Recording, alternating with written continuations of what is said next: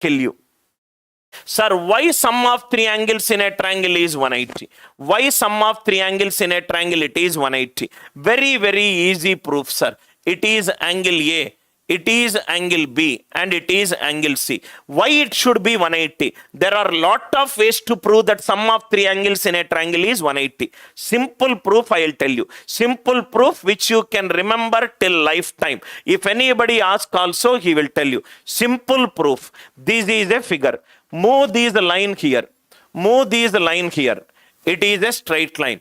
That means in this triangle there is a straight line. Straight line angle is 180.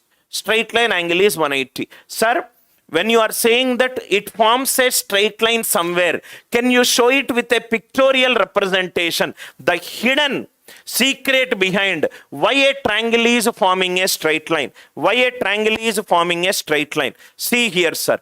Take the midpoint of this line. Take the midpoint of this line. I am telling you the hidden straight line picture. Take the midpoint. Join it. Drop a perpendicular. Drop a perpendicular. Are you all with me? This is the midpoint of two lines. I dropped a perpendicular. I dropped a perpendicular. Fold the paper down. If I fold the paper down, this top, the figure will look like this. It is A. Are you all with me? Fold the paper along this perpendicular. If I shift it, it is B. Fold the paper here. It is C. Angle A plus angle B plus angle C. It is 180. Simple proof, a very logical way of looking at the question. Otherwise, you will end up mugging close to 4,500 theorems in geometry and mensuration. I just hate rote-based learning. As I told you, I got heavily inspired, to a certain extent influenced by Finland education system, which is a thematic structured learning mechanism where a student will spend less time but learn more concepts. And in case if he forgets the formulae, he will be able to reproduce the formulae because of the logical steps he is going to solve. That is what I generally teach all the school teachers. I also teach in a preschool, telling the students A, B, C, D, 1, 2, 3, 4. I sometimes go out and teach tables to the second class and the third class. Many of the teachers will find it very difficult to tell the tables. I said, telling the students tables, it is very easy, especially 9 table. You got 10 fingers. 1, 2, 3, 4, 5, 6, 7, 8, 9, 10. 1, 2, 3, 4, 5, 6, 7, 8, 9, 10. So, right? If you see thumb here, thumb. What is the importance of this thumb? Right? You have to hold any object by closing the loop like this. By closing the loop like this. In case if you want to open the lock, you have to do like this. This thumb is the greatest gift God has given to the human beings.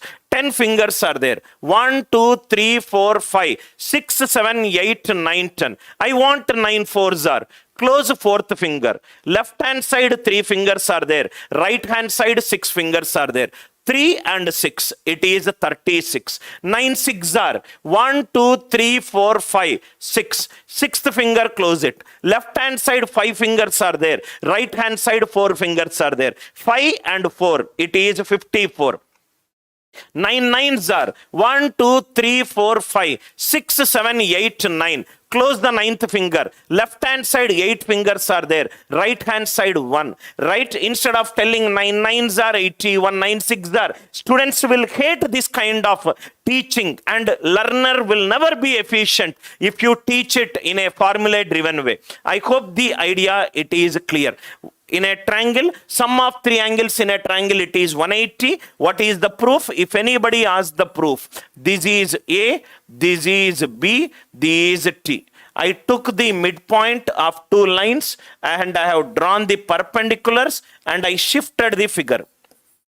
A, this will become B, this will become C. I hope the idea it is clear. Entire geometry and mensuration, at least 40% of the questions, we are going to use these concepts, because most of the students I said, sir, please spend some time in geometry and mensuration. This is the most powerful concept in the world of geometry and mensuration, which we call it as which we call it as virtual positioning. Oh, beauty of virtual positioning. Suppose you take a circle.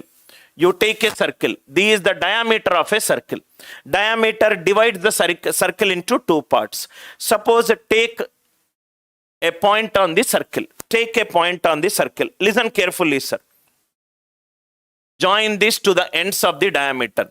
Angle in a semicircle, it is 90. Angle in a semicircle, it is 90. Assume that it is a water image. Assume that this diameter is a water. Assume that this is a water. Create a water image to the graph. If I create a water image, top it is 90, bottom it is 90. Top it is 90, bottom it is 90. Opposite angles in a cyclic quadrilateral, 180 degrees. Within 20 seconds, the proof is over. Again, I am repeating. Angle in a semicircle, it is 90 degrees. If angle in a semicircle, it is 90. See here.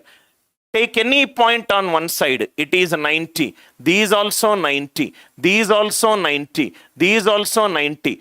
This point will move from here to here and this will come here. Angle in a straight line is 180 degrees. Angle in a straight line is 180 degrees. Are you all with me? Angle in a straight line is 180 degrees. If this is 180 degrees and at a point it is 90 degrees, angle formed at the center of the circle, angle formed at the center of the circle is twice the angle formed at the circumference of a circle. No theorems, no axioms, just by looking at the diagrams. Why? Because why am I doing with the diagram?